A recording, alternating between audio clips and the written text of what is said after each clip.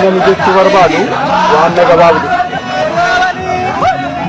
Maatiin barii ka'ee gaafatamaa tattaafatuu fi hin qabu. Yeroo hundaa ni beela.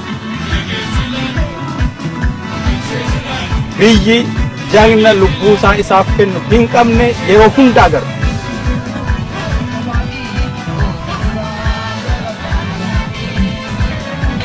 Biyyoonni amma lafa kanarra jiran nuti arginu warri abbaan fedhe akka fedhetti roorrisu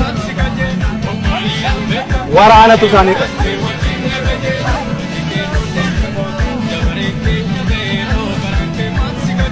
Diinni ofii akka amma nuti argaa jirru akka jangloonni keenya nu barsiisanitti waraanni ni beela'a, ni dheebotaa, ni dadhabaa, dhumarratti diina isaa mormarraa buusu. Yoo kana godhame malee haati ofii fi abbaan ofii safuun argatu.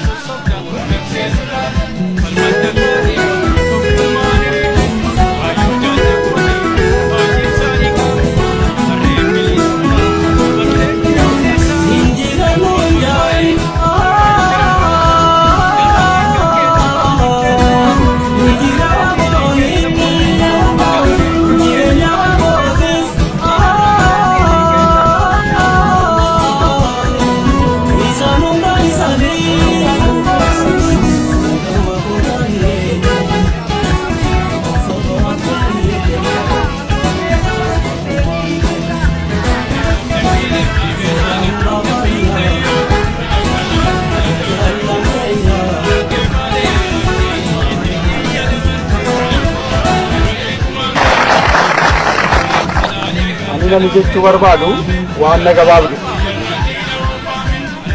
Maatiin barii ka'ee gaafatamaa tattaafatuu fi hin qabu. Yeroo hundaa ni beela. Biyyi jagna lubbuu isaaf kennu hin qabne yeroo hundaa agarra.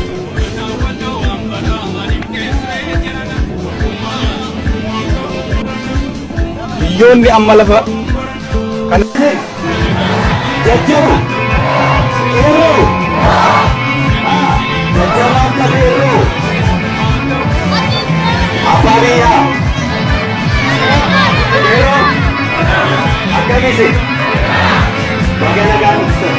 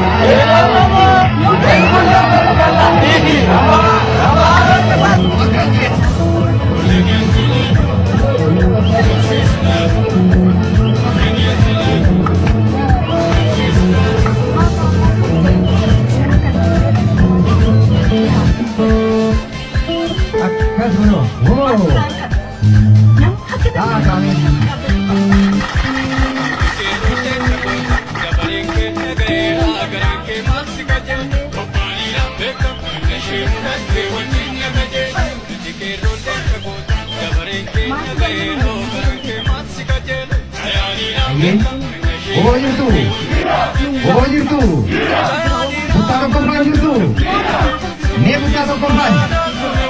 Acimiti, simbara pembaca lah, acim bakal mawan sama, buta korban, ni sama kami.